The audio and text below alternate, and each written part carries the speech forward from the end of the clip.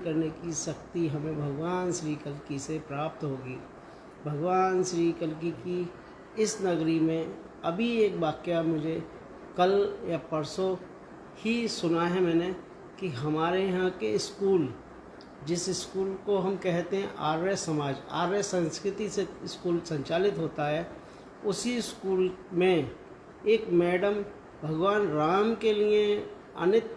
टिप्पणी कर रही थी। जब उसके बारे में उनके गुरुओं को, उनके प्रिंसिपल को बताया गया तो प्रिंसिपल ने भी उसका अवलोकन नहीं किया और उन तीन बच्चों की मार्कशीट और उन बच्चों का टीसी काट के उसके पिता के हाथ में दे दी कि हम आपके बच्चों को अपने यहाँ नहीं पढ़ा सकते, हम भगवान राम की बुराई सुन सकते हैं लेकिन उन पर कोई एक्शन नहीं लेंगे जो भगवान राम की बुराई कर रहे थे। साथ ही साथ वहीं का कोई बहुत ही अच्छा वेद पढ़ने वाला बच्चा जिसने भगवान हनुमान पे भी हत्या कर दी,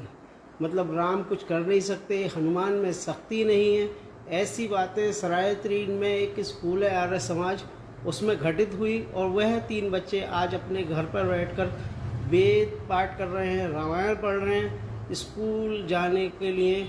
वहाँ के टीचर ने, वहाँ के प्रिंसिपल ने किन हाथों से नहीं समझ में आता कि कैसे उन बच्चों की टीसी हाथ काट कर उसके पिताजी के हाथ में दे दी कि आपके बच्चों को हम अपने यहाँ नहीं पढ़ाएंगे, आप अपने बच्चे ले जाइए क्योंकि आपके बच्चे ये काम गलत कर रहे हैं। तो मैं तो खुद स्तब्ध रह गया कि ये इस तरीके का प्रकरण हमारे संभल में, जहाँ भगवान श्री कल्की का प्राकट्य होना है, जो भगवान राम, जो भगवान श्री कृष्ण के बाद यहाँ संभल धरा पर पाप का नाश करने आ रहे हैं, तो इससे बड़ा पाप और क्या होगा इस धरा पर कि उन 3 बच्चों को जिन्होंने सिर्फ बच्चे कि ये हमारे भगवान हनुमान के बारे में गलत बोल रही हैं,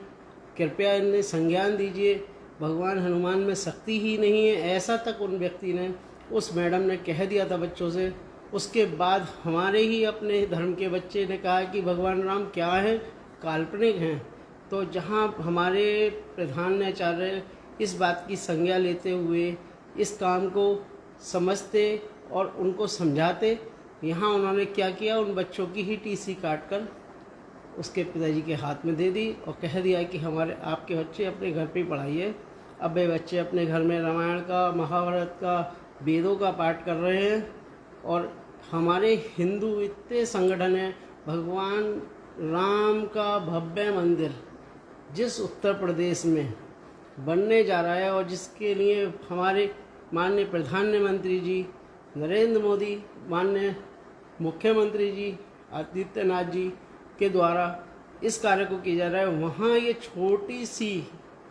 बस्ती के अंदर भगवान राम के होने पर भी एक काल्पनिक विचार प्रस्तुत किया गया।